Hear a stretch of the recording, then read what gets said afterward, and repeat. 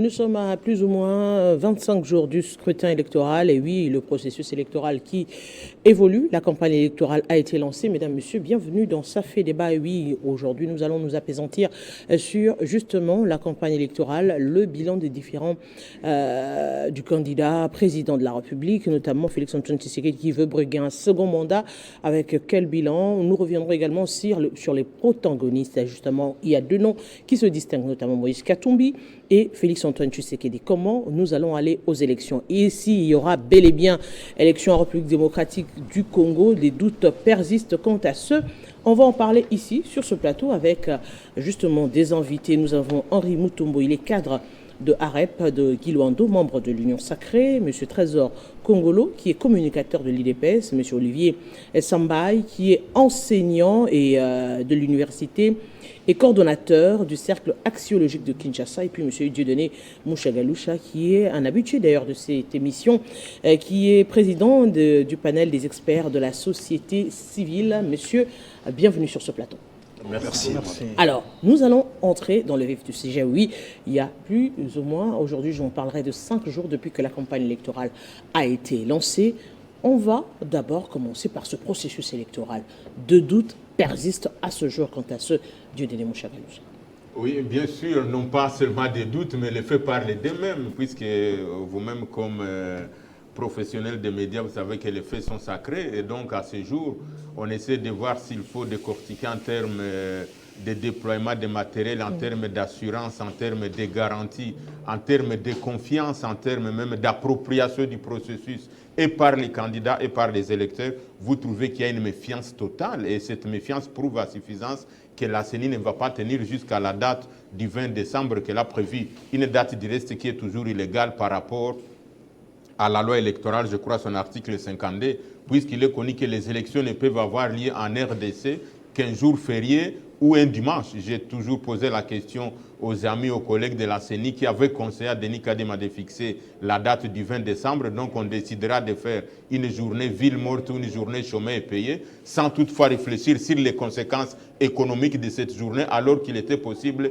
de pousser jusqu'à un dimanche ou un jour férié. Et donc le fait que la CENI continue à fouler au pied les instruments juridiques qui régissent cette institution, il est clair qu'elle ne tiendra pas à la date du 20 décembre, d'autant plus qu'à ce jour, je l'ai toujours dit, Madame Arlette, pour organiser les élections, il y a 3 piliers principaux. Ce qu'on appelle la trilogie électorale. On a les électeurs d'un côté, dans un fichier électoral consolidé. On a les compétiteurs qui sont les candidats. Et on a également la CENI qui est la centrale électorale. Mais au moment où nous parlons ici, la liste consolidée qu'on appelle fichier électoral n'est pas encore consolidée. Et donc, il y a des électeurs les jours des scrutins qui se retrouveront au bureau de vote, mais ils ne seront pas sur la liste des électeurs.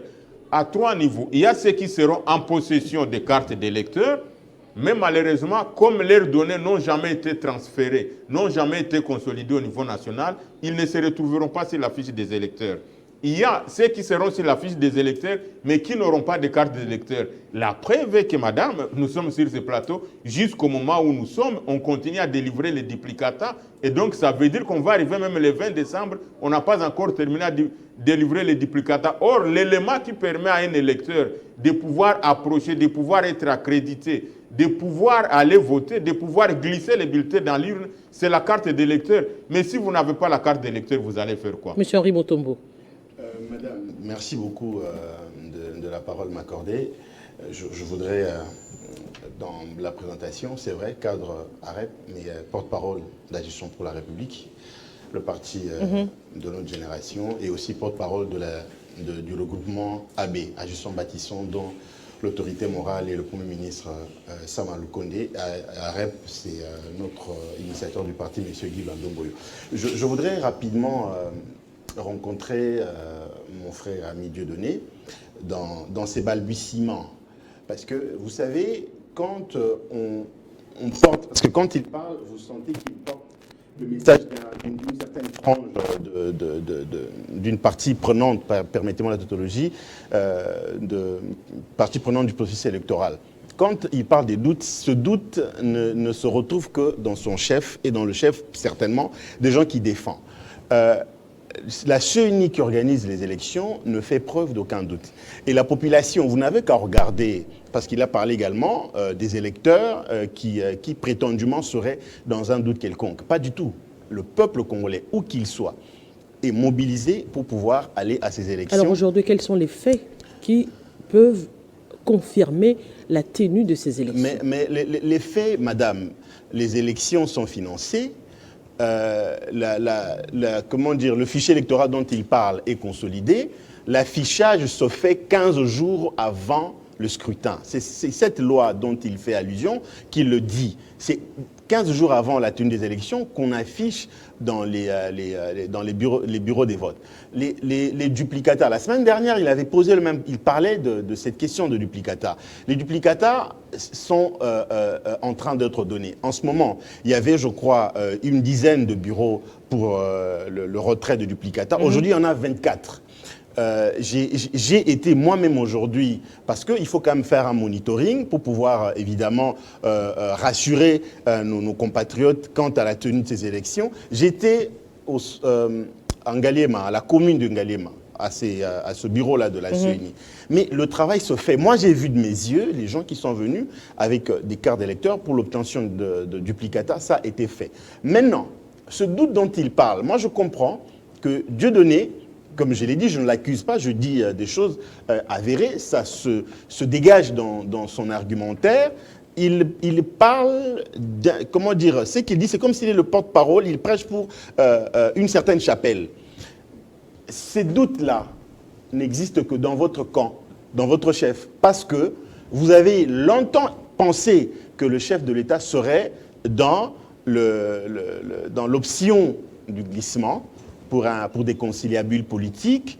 Les gens ne s'attendaient pas à l'organisation des élections. Rappelez-vous, madame, qu'il y a eu ici des gens qui avaient hésité d'aller aux élections, demandant même à leurs potentiels candidats, députés nationaux, provinciaux et ainsi de suite, de ne pas aller déposer les candidatures et qu'après, ils ont rebuffé. Rappelez-vous encore beaucoup d'autres des prétendus opposants, parce que quand je regarde, moi j'ai été à l'opposition, quand je regarde en face, donc vous sentez que vous n'avez qu'à faire à des agitateurs.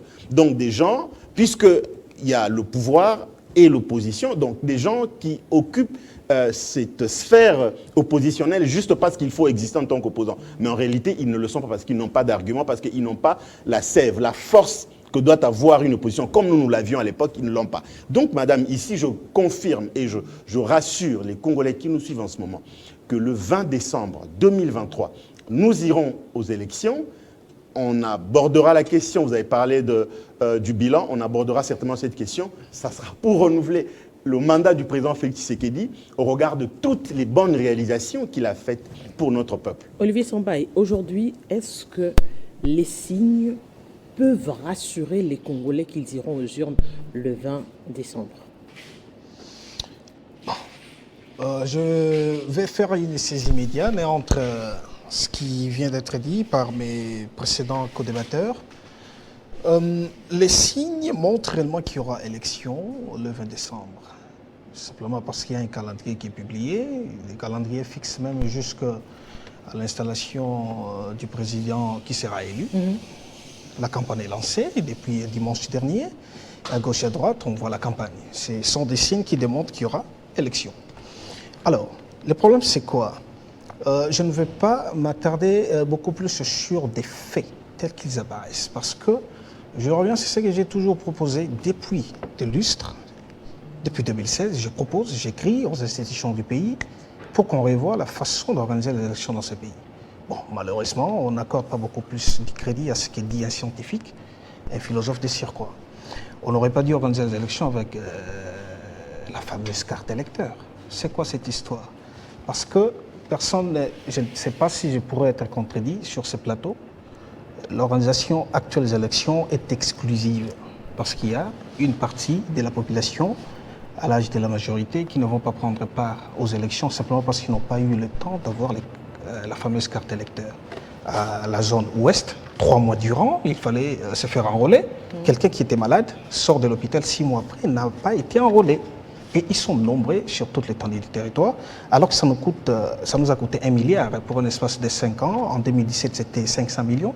En 2018, 500 millions. Depuis 2011, j'ai fait tout un bilan en ce qui concerne les dépenses qu'on engage pour organiser les élections. Et fort malheureusement, bon, la politique est ce qu'elle est. Lorsqu'un scientifique propose en Afrique, on fait la sourde oreille avec des propositions concrètes. Parce qu'avec l'organisation actuelle des élections, vous êtes à $1 milliard pour organiser les processus d'enrôlement pendant 5 ans, alors que la proposition que moi j'avais faite ne pouvait coûter que $300 millions si on parvenait à faire une régularité cyclique dans l'organisation de l'administration publique pour délivrer les cartes d'identité à tous les Congolais. On serait juste en train de faire en sorte que la CENI travaille en collaboration étroite avec le ministère de l'Intérieur qui devrait mettre à sa disposition les fichiers des Congolais à l'âge de la majorité qui devraient participer au processus électoral. À l'heure actuelle, nous sommes devant un fait. Les gens devant sont enrôlés. accompli. Nous avons des cartes électeurs. La date a été fixée. La campagne a été lancée.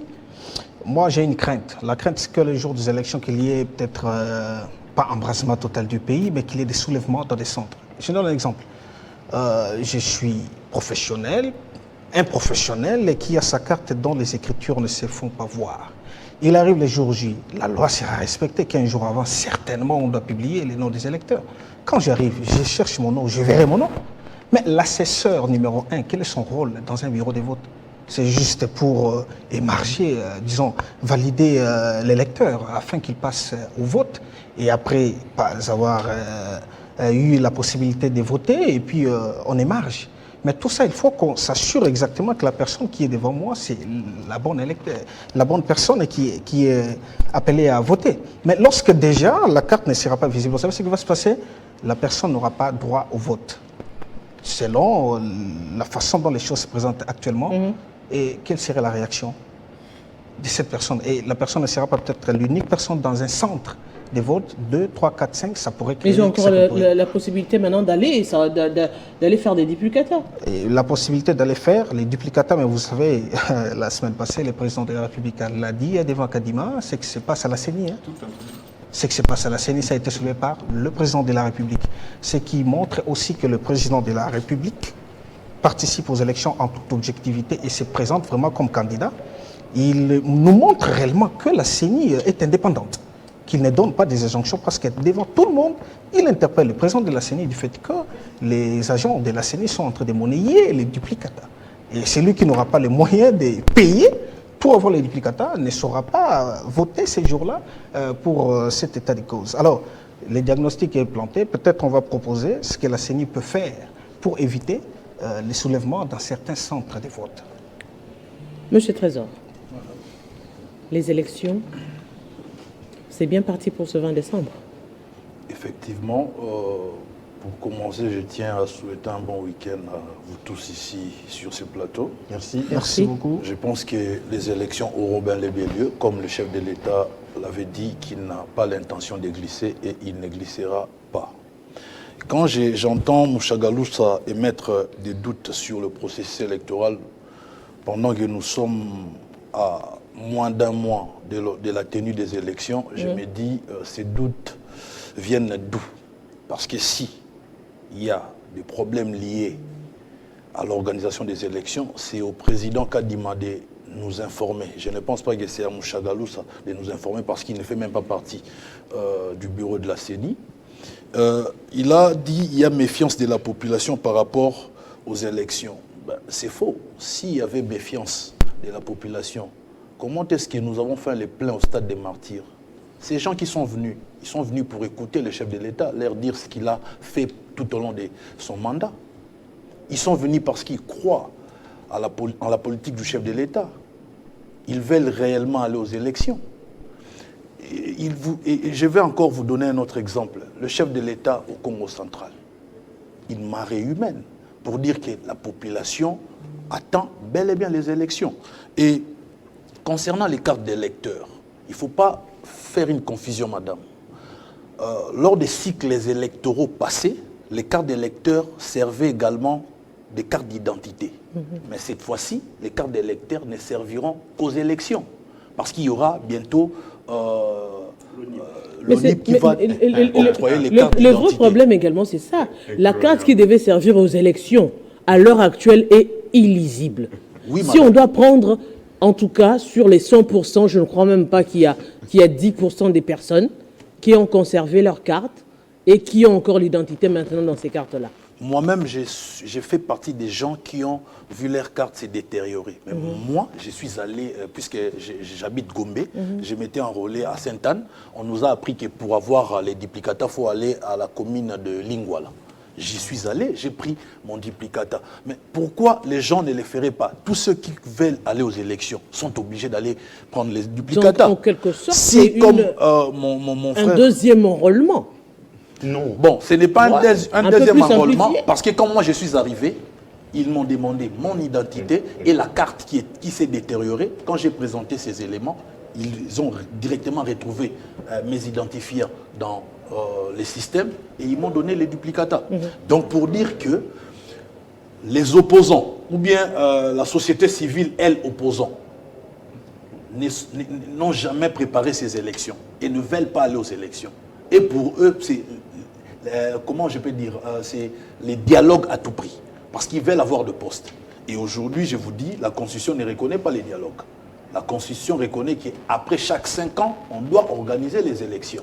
Donc pour dire que, préparez-vous, notre candidat Félix Tshisekedi, avec son bilan, qui est largement positif par rapport au temps qu'il a travaillé, on doit aller aux élections. Parlons-en justement du bilan. Quel bilan présenté à ce jour avec le président sortant Félix-Antoine Tshisekedi Tshilombo? Je pense que si on doit parler du bilan, je risque de prendre toutes les missions. Parce qu'à ce jour, nous avons plus de 2000 infrastructures en 5 ans. Mais moi, je dirais en 3 ans. Parce qu'il vous souviendra que le FCC Cash nous a bouffé 2 ans. En 3 ans, Félix Tshisekedi nous a donné la gratuité de l'enseignement primaire qui était constitutionnel, malheureusement qui n'était pas appliqué pendant le régime passé. Mais il a concrétisé cela et à ce jour, nous avons plus de 5 millions d'enfants, jadis exclus du système éducatif de notre pays, qui ont renoué avec les chemins de l'école. Nous avons plus de 1000 écoles qui sont construites et d'autres qui ont été réhabilitées. Nous avons aujourd'hui la couverture santé universelle avec la gratuité de la maternité. Nous avons aujourd'hui construit plus de 300 centres de santé et réhabilité plus de 50 hôpitaux généraux de référence. Tout ça pour donner les soins de santé de qualité à la population et cela avec un prix dérisoire. Aujourd'hui, nous avons la réhabilitation et la modernisation des universités. Moi qui vous parle, je suis de l'UNIKIN. Nous avons tous vu comment est-ce que l'UNIKIN a été abandonné pendant des années. Mais regardez l'UNIKIN aujourd'hui. Ça a même servi des hôtels je parle des homes pour les jeux de la francophonie. Aujourd'hui, nous avons ce que le président de la République a fait à l'UPEN. Je pense que le doyen Mouchagalou, ça ne peut pas me contredire. l'UPEN n'était pas comme ça. IBTP. Et ce n'est pas fini. On est en train de construire l'université à Mbujimaï. Et notamment à Bounia. C'est déjà un bilan. Et aujourd'hui, nous avons les réformes dans l'armée, avec la nouvelle loi de programmation militaire, avec un budget de plus d'1 milliard de dollars alloué à notre armée pour son équipement et consorts. Et parlons même de la diplomatie agissant du chef de l'État, avec la levée de la mesure liée à la notification sur l'achat des armes de guerre. Qui n'a servi pratiquement à rien parce que les M23 continuent à agresser le M23 aujourd'hui, madame, il faudrait dire... Il monopolise. Non, il a pris du temps parce qu'il a enchaîné 2 thématiques. Il enchaîne 2 thématiques. J'ai conclu en disant, aujourd'hui, il faudrait dire la vérité au peuple congolais. Kagame, lors d'une conférence de presse au Togo, l'avait reconnu, que les problèmes liés à l'insécurité dans la partie est de notre pays n'a pas commencé avec l'actuel président. Et il a même exprimé ses velléités expansionnistes. C'était au Bénin, pardon. Ses velléités expansionnistes par rapport à notre pays. Il a dit le problème qui lie, le problème entre le Rwanda et notre pays, c'est les problèmes liés à l'espace. Mais justement... Ils enseignent même à leurs enfants que, autrefois, le Nord et le Sud qui vous appartenaient au Grand Rwanda, selon Paul Kagame et ses subalternes. Donc pour dire que le chef d'État a fourni des efforts, nous avons quitté de quelque part et aujourd'hui nous sommes en train d'avancer petit à petit, raison pour laquelle il a posé des jalons, il a posé des bases. Ça fait partie de la continuité de l'État. Mais non, il a posé les jalons, il a posé des bases, raison pour laquelle le chef d'État a précisé, voulons-nous répartir à zéro ou consolider les acquis? On était à zéro, c'est ça pour repartir à zéro? Ben, il y a la gratuité de l'enseignement primaire, c'était constitutionnel. Monsieur, mais pourquoi monsieur elle n'était pas appliquée? Donc ce qui veut dire que nous ne pouvons plus penser répartir à zéro, nous devons consolider les acquis. Monsieur Henri Moutombo, Madame. je veux revenir à vous. Puisque monsieur Mouchagaloucha tient absolument à parler, je reviens à vous. Au-delà, on parle ici du bilan du président de la République, mais on l'a également vu à travers les images. Au-delà de tout ce que M. Trésor a évoqué, il y a le dossier RAM, où la population revient sur ça, dans les différents déplacements à travers les provinces, tout au long de la campagne. Nous avons la question de l'impunité, avec toutes les personnes qui ont été arrêtées sur des projets qui ont été libérés, mais les fonds n'ont pas été remboursés. Nous avons le programme Chile-Gelou, où dans le Grand Kasaï même, continue à piétiner jusqu'à ce jour. Tout ça également, on va aussi le remettre dans le bilan. Madame, moi comme acteur majeur de la société civile, dans le bilan, il y a des choses positives et des choses négatives. Si je commence à les dire maintenant, je ne suis pas approprié pour annoncer cela ou pour le dire parce que je ne suis pas politique. Je peux faire ce qu'on peut appeler éducation civique pour dire aux gens de bien choisir les candidats qui répondent et qui va donner un projet de société pour les nouveaux et pour les anciens, notamment le président de la République faisant la candidature à sa propre succession, de voir ce qu'il a déjà réalisé. Mais je voulais, avant de marteler sur ce point, rappeler quand même à mon frère Henri Moutombo, qu'est-ce qui vous est arrivé, vous de l'Union sacrée, que quelqu'un qui donne un avis technique, vous trouvez un raccourci facile à les caricaturer? Qui est derrière moi? Quel est l'ombre qui est derrière moi? Je parle des faits techniques. Je ne parle pas pour le compte de quelqu'un. Vous n'allez pas. C'est ça la dictature que vous êtes en train d'instaurer dans ce pays. Et malheureusement, parmi un bilan négatif du chef de l'État actuel, c'est le recul total de la démocratie. Les emprisonnements extrajudiciaires, la caricature des gens, l'intolérance. Je ne veux pas rentrer sur ce point. Je veux vous rencontrer. Ça fait partie des points négatifs. Nous connaissons. Mais rentrons sur les faits qu'il faut, sur le plan électoral par rapport à la date. Les étapes du processus électoral sont connues, mon frère. À ce jour, aucune formation n'a été faite pour les proposer des élections. Donc, les gens qui seront affectés au bureau de vote vont découvrir les machines à voter, qui sont les dispositifs électroniques de vote, pour lesquels je me suis battu au cycle passé et que j'ai fait accepter dans l'opinion, le même jour que les électeurs. On est en train d'aller où? J'apprécie vraiment, mon frère Olivier, la sagesse que vous incarnez quand vous avez parlé des choses clairement. Vous êtes dans les dialogues pour dire on y va, on y va. Je vais encore peser les termes et les bons.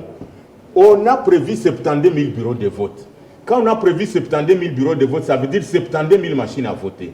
72 000 machines à voter, dans la planification, il faut prévoir 30% au cas où une machine tombe en panne. J'ai le discours du président Denis Kadima, je vais vous les remettre. Vous avez une copie. Ça veut dire qu'il faut 100 000 machines à voter au dispositif électronique de vote qu'il faut configurer. Il y a des machines que Nanga a laissées, il y a des machines que Kadima a commandées. Les machines qu'on a commandées, on ne les a pas encore conditionnées.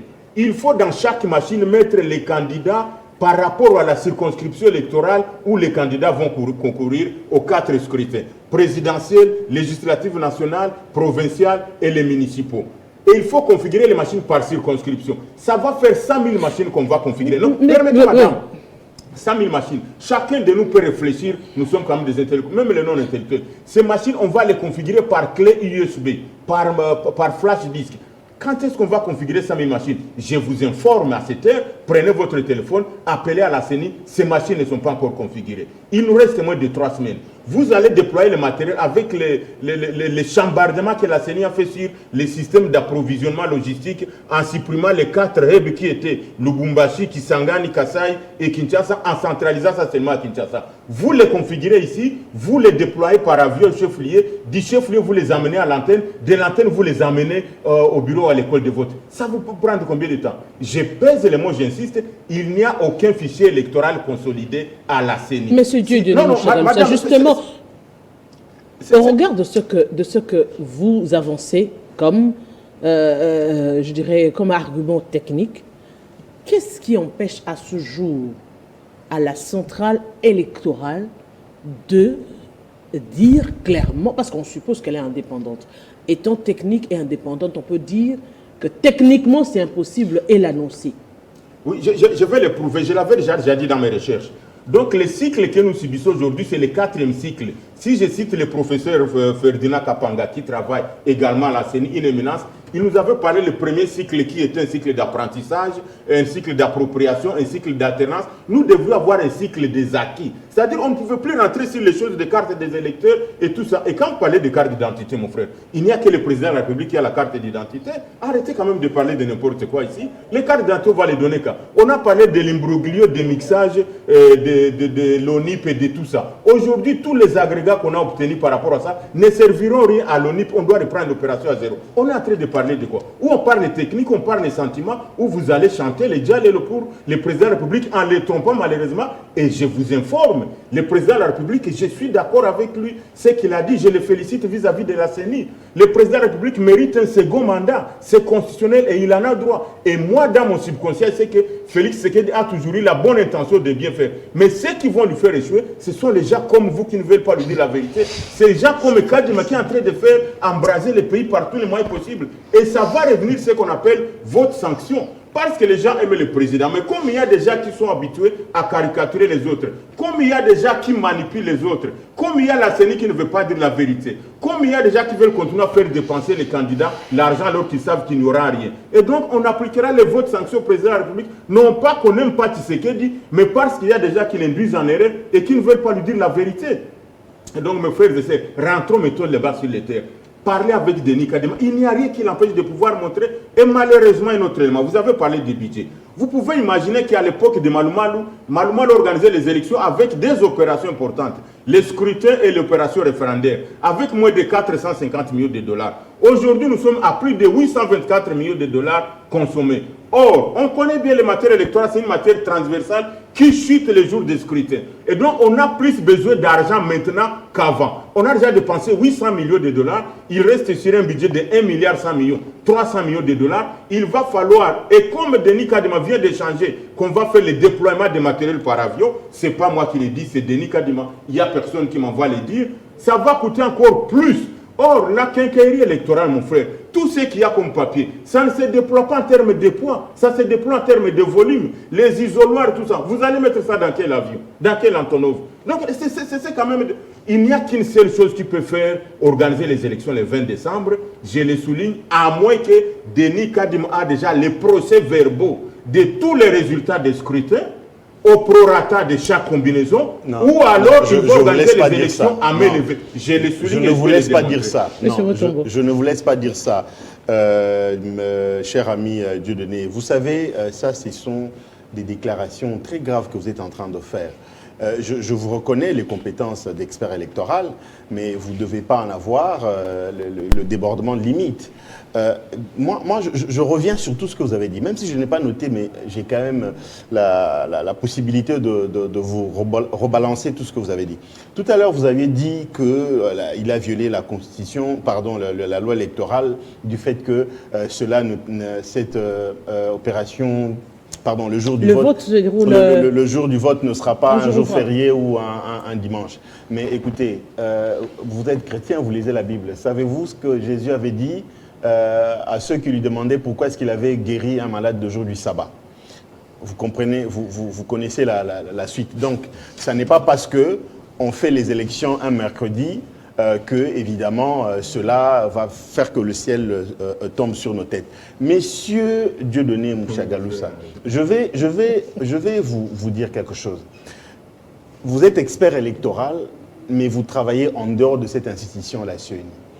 Vos avis peuvent être pertinents, mais sachez que Kadima et toute son équipe, le président Kadima et toute son équipe, ne voudraient pas que le discrédit tombe sur eux en organisant quelque chose d'abracadabrantesque. Vous comprenez? Nous avons confiance en cet homme. Ce que vous pouvez faire, les observations que vous faites, certainement, lui faire parvenir cela par un courrier, lui dire, voilà ma contribution pour l'amélioration du processus électoral, plutôt que de vous figer dans un carcan de critiques infernales et interminables. Parce que moi, je vous suis. Même quand je ne suis pas avec vous sur ce plateau, je suis tout ce que vous faites. Alors, je voudrais, encore une fois de plus, vous demander de dire aux Congolais je sais que vous ne le direz pas, mais je mets cela dans votre âme et aux âmes de Congolais qui nous suivent, on aura les élections le 20 décembre. Ça va coûter cher, ça va permettre, ou si vous voulez, ça va favoriser que l'enveloppe des organisations puisse gonfler, mais pourvu que nous y arrivons. Mais il y a quelque chose, madame, si vous me permettez, que vous oubliez. Nous avons perdu du temps dans le choix du président de la CENI. Il y a, je crois, 1 année et demie ou 2 ans qu'on a perdu avec Malonda. Quand le président Denis Kadima arrive, déjà, le calendrier du processus électoral a connu un retard. Ça, il faut l'admettre. Donc, il ne faut pas oublier que à une certaine période... Mais qui devait l'admettre dès le départ? Mais s'il vous plaît, madame. N'est-ce pas la centrale électorale qui s'il devait, vous plaît, madame, dès le départ, on a commencé, accepter à dire que nous avons pris un an de retard, donc permettez à ce que l'on puisse aller jusqu'à telle date. Mais est-ce que vous vous rappelez, madame, qu'ici sur ce plateau, Dieudonné et d'autres, opposants soit-il, on dit que la date du 20 décembre, on n'accordera même pas une seule seconde à Tshisekedi. Est-ce que vous vous souvenez de ça? Les gens ont menacé même la dislocation de la République si jamais il n'y a pas organisation des élections. Donc, le président de la République étant un homme, comment dire, qui a été formé dans l'esprit de l'indépendance, qui a été formé dans la non-violence. Donc aujourd'hui, M. Henri Mutombo, vous pouvez accepter en République démocratique du Congo qu'on ait des élections bâclées. Non, ça ne sera pas le 20. Ça ne sera pas bâclé. Ça ne sera pas bâclé parce qu'il faut valoriser ce que nous avons entre nos mains en termes de ressources humaines. M. Kadima est adulé un peu partout. Même le chef de l'État est adulé un peu partout par les Ouest africains. Regardez, suivez l'information. Vous verrez qu'ils veulent que Tshisekedi soit leur président. Parlant de ce que M.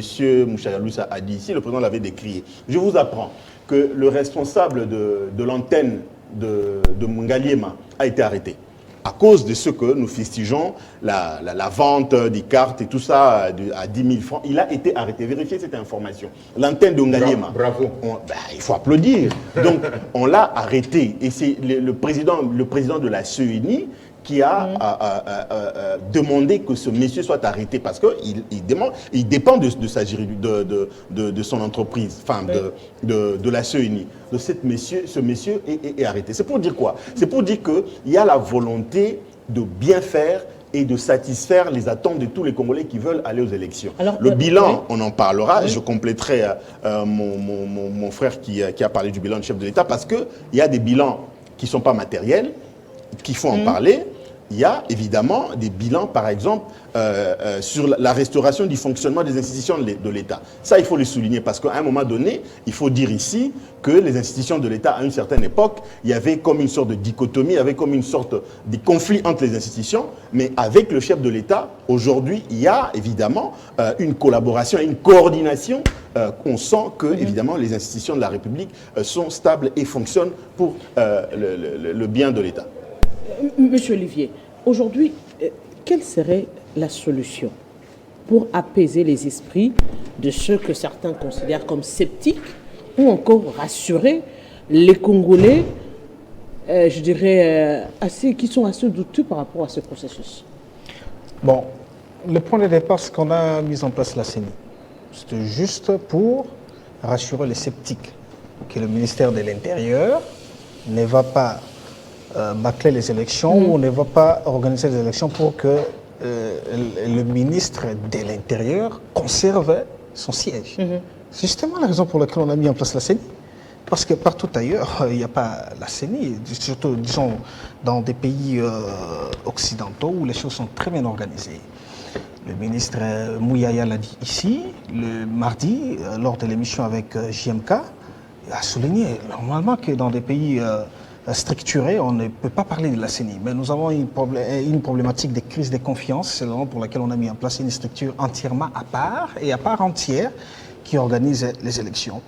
Alors, pour apaiser les esprits, pour répondre à votre question, il n'est pas logique qu'on critique pour critiquer. Il faut rester scientifique. Moi, je suis scientifique, philosophe, enseignant. Et quand on fait les critiques, il faut proposer. Alors, nous avons critiqué les duplicata parce que nous n'avons pas beaucoup de bureaux, que nous avons vu la CENI ouvrir pour organiser les procédures duplicata. La première des choses, c'est que moi, je crois à une démonstration des résolutions rapides des problèmes. La Chine nous l'a démontré en 2020, fin 2019-2020, avec la Covid-19.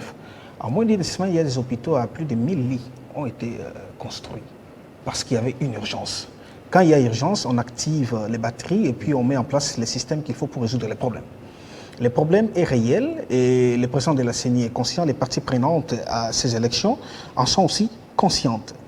La première des choses que la CENI va faire, il faut activer rapidement les processus de duplicata. Quand on parle des bureaux, je pense comme si on est en train d'évoquer seulement Kinshasa, alors que Kinshasa n'est pas la RDC. C'est partout. Alors quels sont les bureaux à l'intérieur? Il faut que ça soit rapidement activé. Il n'est pas impossible, dans 15 jours, qu'on résolve ces problèmes. 15 jours, on peut résoudre ces problèmes de duplicata. Tous les centres ou tous les bureaux qui ont servi des centres d'enregistrement pour l'enrôlement. Ces bureaux-là, les budgets peuvent être mis en jeu parce qu'on évolue parfois par essai, erreur, conjecture et réfutation. La plupart des bureaux ont été placés dans les écoles. Aujourd'hui, les élèves sont encore en cours. Tous ces bureaux-là, tout a été calculé par rapport aux vacances et consorts, mais maintenant, les élèves sont en cours. La plupart ce sont des écoles et les églises. Donc, ce sera... Ce qui n'est pourtant pas vrai parce que cette fois-ci, ça a été tout à fait différent. Nous nous sommes fait enrôler pendant que les écoles étaient ouvertes. Moi, j'ai reçu ma carte d'électeur, ce n'était pas pendant les vacances. Voilà. Donc, la CENI peut s'organiser rapidement dans les 15 jours pour résoudre ce problème de duplicata.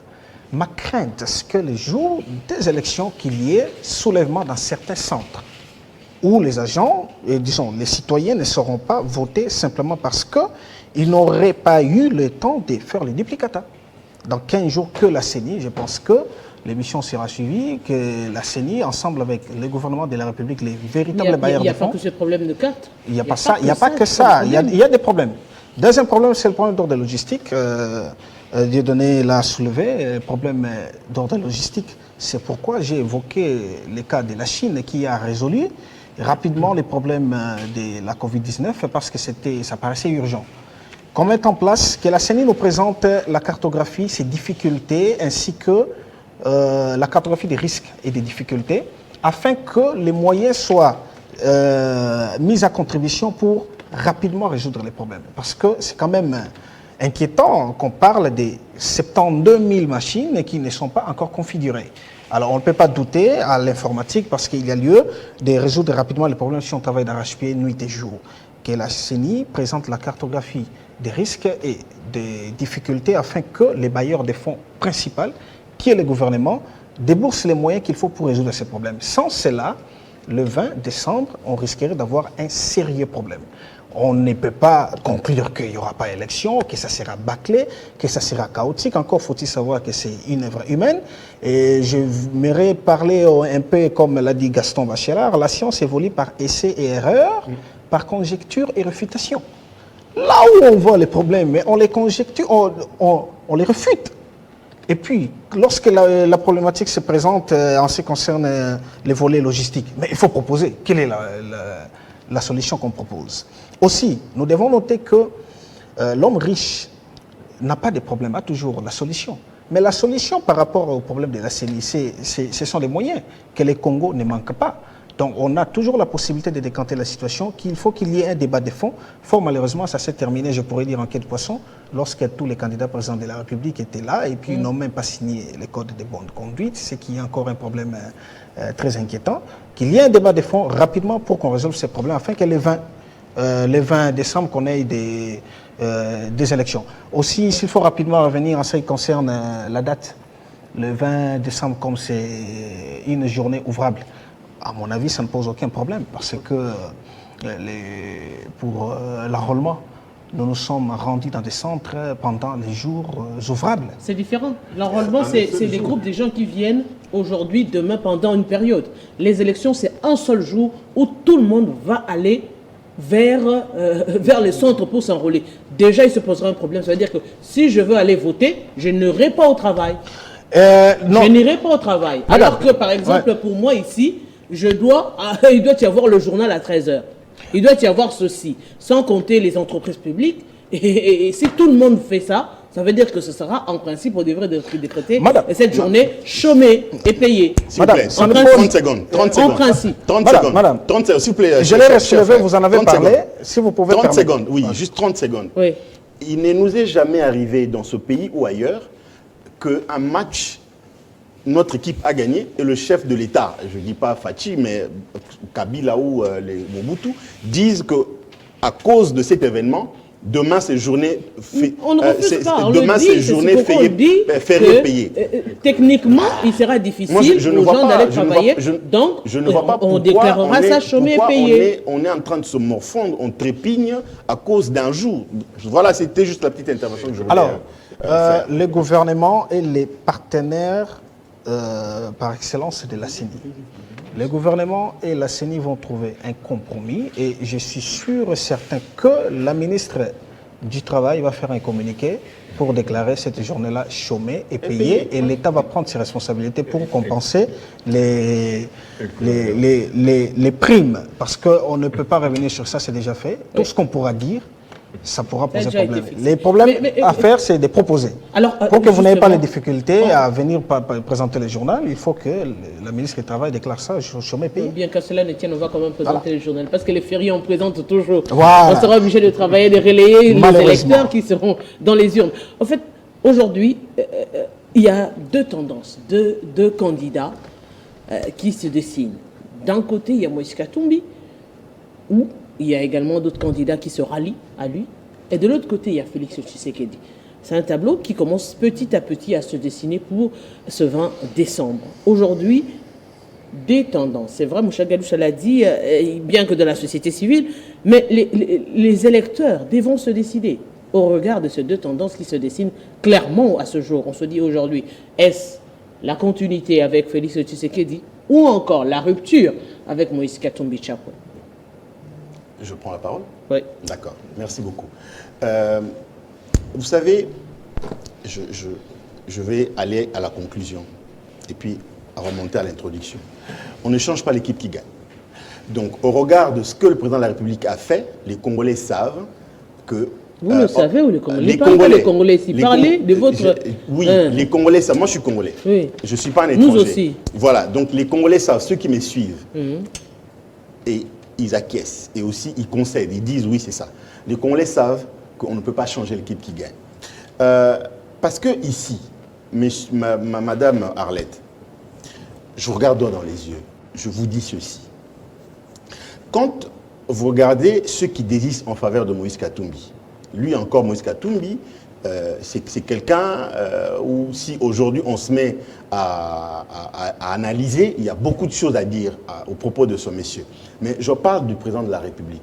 Lui-même d'abord, le président de la République, il consolide son électorat de 2018 parce qu'il a été élu avec plus de 8 millions d'électeurs. Aujourd'hui, nous prenons plus de 5 millions d'enfants qui sont allés à l'école et ils peuvent représenter, je dirais, Les 4 enfants millions. ne votent pas. Non, je dis les parents, ok? Les parents de qui ces enfants sont bénéficiaires de cette gratuité de l'enseignement. Ils peuvent être entre 4 millions et 4 millions et demi. Donc vous prenez ce chiffre 4 millions et demi à son électorat de 2018, on peut dire qu'il peut avoir perdu 1 million parce que tout le monde n'est pas d'accord avec lui, il faut le reconnaître. Ça peut faire autour de plus d'une dizaine de millions d'électeurs pour lui déjà, rien que lui-même. Et maintenant, si vous prenez aussi ceux qui ont été convaincus ou qui sont convaincus de sa gouvernance politique de 3 ans, parce que le président de la République a travaillé véritablement pendant 2 ans et demi, parce qu'il y a eu la période trouble FCC Cash. Vous prenez ces gens qui ont été convaincus, vous prenez les poids lourds qui accompagnent la candidature du président Tshisekedi. Je prends mon mentor, M. Guilwando, vous prenez M. Bemba, vous prenez M. Bahati, vous prenez M. Kamere, vous prenez M. Mbosso pour le Grand Bandundu. Vous savez que le vote est secret? Vous savez du moins que le vote est secret? Oui, je sais. Vous savez que Ramazani Chadari avait la majorité avec le FCC, le PPRD et tout ce monde-là. Ramazani Chadari portait le poids du Est-ce rejet. que réellement... S'il vous plaît, madame, Oui. Ramazan Ishadari portait le poids du rejet de Kabila. Parce que le Congolais ne voulait plus du régime Kabila et de tous ceux qui le représentaient. Mais ici, c'est différent. Le vote est secret, mais n'oubliez pas aussi que le vote est sociologique ici. Donc les leaders, quand ils disent, c'est un peu comme la parole de l'évangile, oui et amen. Donc maintenant, vous prenez, ça c'est juste un tout petit exemple que je donne, maintenant quand vous prenez les camps de ceux qui veulent, qui désistent en faveur de Katumbi, lui-même Katumbi, il ne faut pas confondre l'enthousiasme parce que vous avez un club de football et l'adhésion de votre personne. Déjà, cette affaire de père et de mère a fait que les gens puissent le regarder comme quelqu'un à ne pas soutenir. Vous prenez sa femme, qui est une Ougandaise. Les Congolais n'accepteront pas... Burundaise, pardon. Je vais finir, madame. J'aimerais quand même que l'on soit clair. Oui. Que l'on soit clair parce que nous avons des téléspectateurs, des gens qui vont voter. Ouais. Qu'est-ce que l'épouse de quelqu'un J'en vient arrive. faire du moment où la première dame n'agit arrive. presque pas Bien dans, sûr, les, bien dans, sûr, dans tout ce madame, qui est gouvernance? la Aujourd'hui, première est-ce que scientifiquement, Oui. honnêtement, Oui. l'on devrait brandir ça, bon, on sait que vous êtes des politiques, l'on devrait brandir ça comme argument pour élire quelqu'un. Est-ce qu'on élit quelqu'un sur base... Je conserve la parole. Hein? Oui, oui. D'accord. Sur base de projet, sur base de sa vision politique ou sur base projet... des faits assez... Madame, c'est très important. Ces faits-là est très important. Rappelez-vous quand l'actuel président gabonais a pris le pouvoir, il a dit, pour que tu sois député, ou président ou ministre, il faut que tu aies toi-même que tu sois gabonais et ta femme soit gabonaise au père et de mère. Bon, n'a pas été dit avant au Congo. Non, pas du tout. Madame, j'étais en train de dire ceci. Vous prenez ceux qui désistent en faveur de Katumbi, ce sont des poids mouches. Comment il s'appelle, le vieux Franck Dion? Qu'est-ce qu'il représente? Rien du tout. Seth Kikouni, qu'est-ce que Seth Kikouni représente? Rien du tout. Qui d'autre? Sessanga, mon frère, Sessanga, non pas Sessanga. Pas d'ici. Sessanga a désisté? Non, non, Sessanga n'a pas encore désisté. Pas encore, mais il va y arriver. Donc c'est pour dire ceci. Le président Tshisekedi, quand vous prenez tous ces leaders que je vous ai cités ici, autour de lui, le premier ministre Samalou Kondé de notre regroupement AB, Ajusson Bâtisson, quand vous prenez tout ça, toutes ces personnalités peuvent lui apporter plus d'une dizaine de millions de voix. Donc avec ces 13-14 millions, ça lui fait quelque chose de 23-24 millions. Le reste là, c'est... L'opposition va se partager, qui 2 millions, qui 1 million. Et c'est Tshisekedi qui sera réélu. Comme j'ai dit quand je prenais la parole, on ne change pas l'équipe qui gagne. Djelele Mouchagaloucha, quels sont les signes avant-encore aujourd'hui au regard de la campagne qui se dessine et les tendances qui se dessinent déjà? Bon, je pense au-delà de ça, nous comme observateurs électoraux, puisque nous avons mis sur place des structures, l'une qui va s'occuper de la surveillance électorale et l'autre qui va s'occuper de l'observation électorale, il faut quand même signaler que l'environnement politique est pollué et que ça pose quand même des inquiétudes quand on regarde ce qui se passe du côté des militants ou des adeptes de l'Union sacrée. Non, il ne faut pas parler d'adeptes, non, s'il vous plaît. Ok, je retire. Les militants. Non. Je concède, je retire. D'accord, merci. Je retire.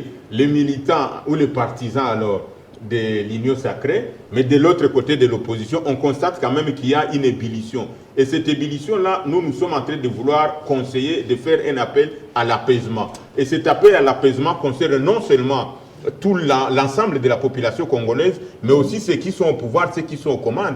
Puisque quand vous regardez même certains dossiers qui commencent à sortir pour le moment dans la manipulation, tels que ce qui se passe au Katanga pour le moment sur les dossiers de la GECAMINE, et quand vous regardez comment est-ce que l'IGF, au lieu d'être un instrument de la bonne gestion, de la bonne gouvernance, il devient de plus en plus un instrument d'acharnement sur ce qui s'est passé à la GECAMINE, où le comité sortant avait déboursé 15 millions pour payer à un cabinet qui devait faire le recouvrement des paiements des dividendes ou des royalties. Mais le comité entra, qui n'a été nommé qu'au mois de mars, je crois, qui est dirigé par Luka Mankunzi, arrive, mais on s'acharne sur lui, on s'acharne sur ce comité, alors que l'argent dont on l'acquise ou qu'on parlait de détournement a été effectué dans la traçabilité et en toute transparence et conformément aux instruments juridiques qui régissent la GECAMINE. Alors on se dit que des perturbations pareilles à ce moment où on est entré dans le processus vers la suite, vers la fin ou l'atterrissage pour rejoindre mon frère Henri du processus électoral,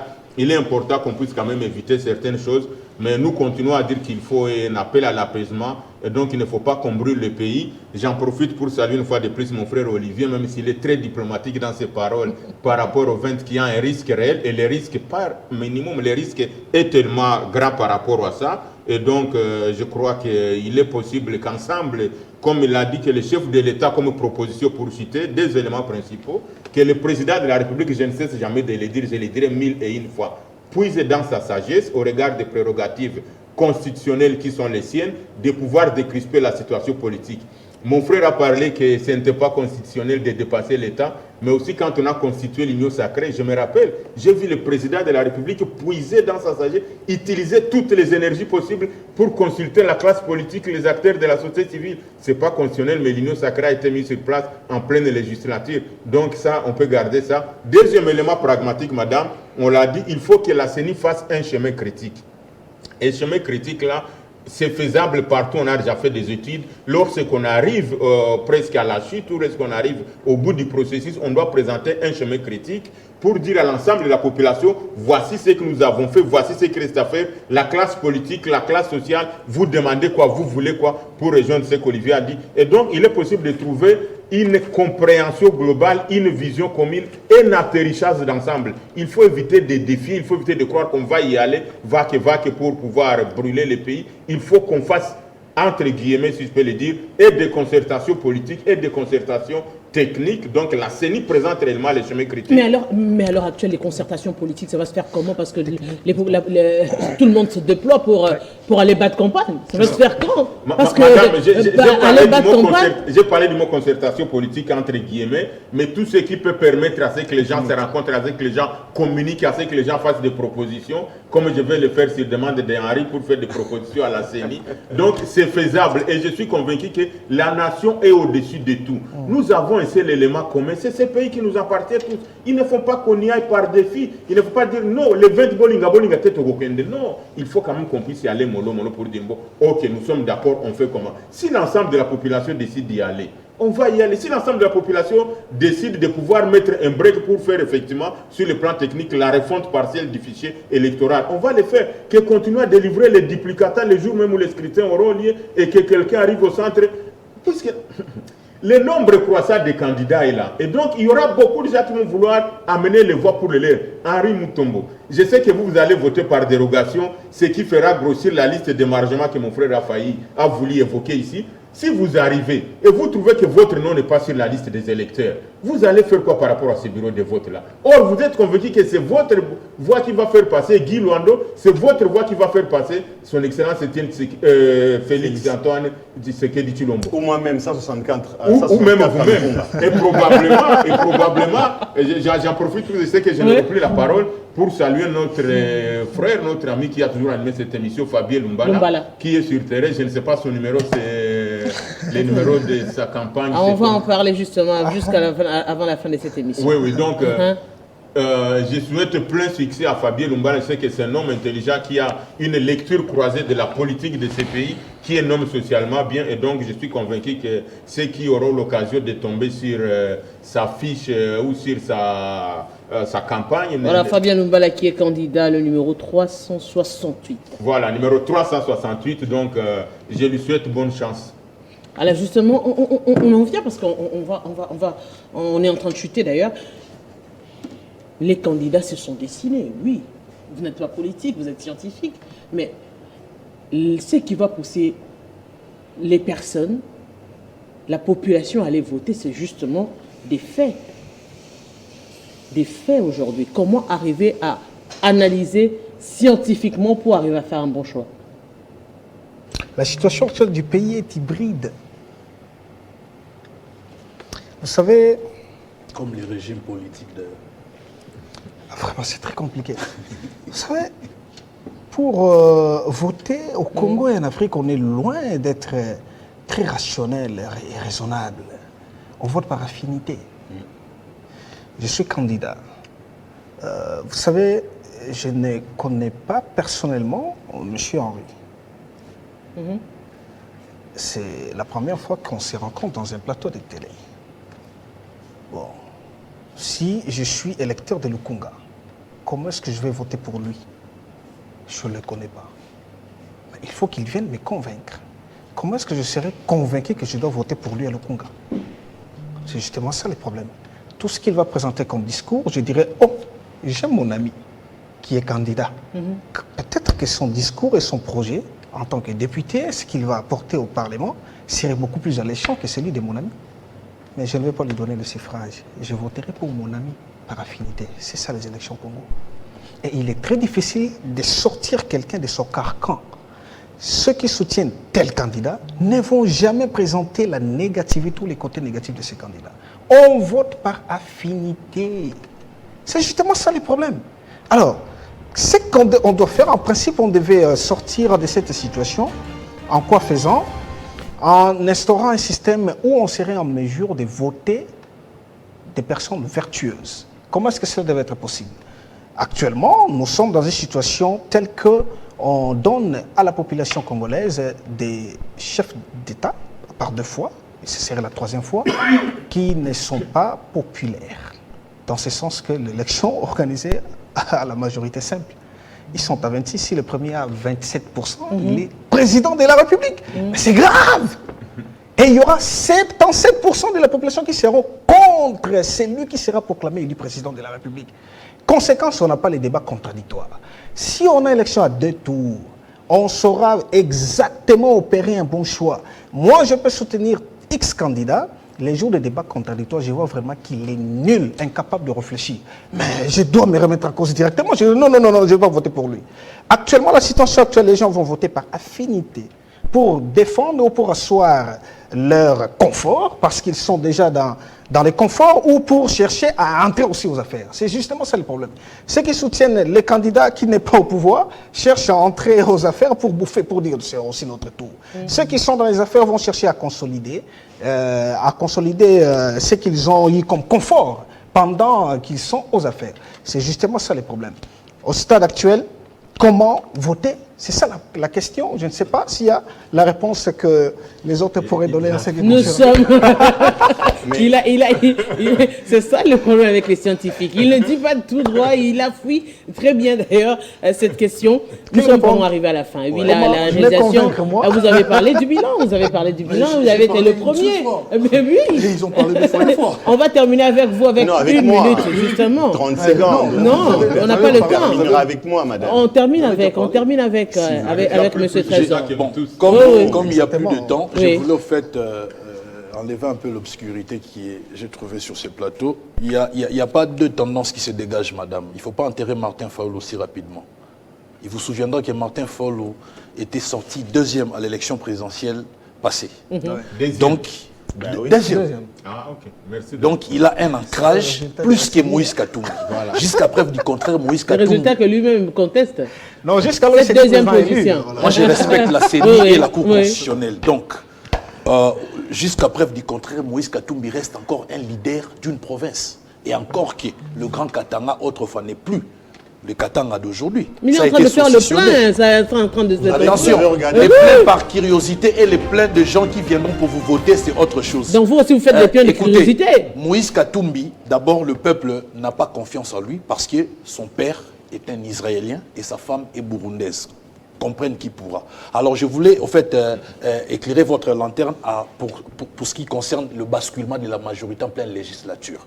Contrairement à ce que vous avez fait croire aux gens que c'était une violation de la Constitution, c'est faux. Je vais vous lire l'article 78 de la Constitution. Laissez-moi, je n'ai plus le temps, s'il vous plaît. Très rapidement, on va conclure avec ça. Le président de la République nomme le Premier ministre au sein de la majorité parlementaire après consultation de celle-ci. Je vous épargne les restes de la phrase. Deuxième alinéa. Si une telle majorité n'existe pas, le président de la République confie une mission d'information à une personnalité en vue d'identifier la coalition. Dans le cas d'espèce, la majorité était déjà connue parce que le FCC était majoritaire.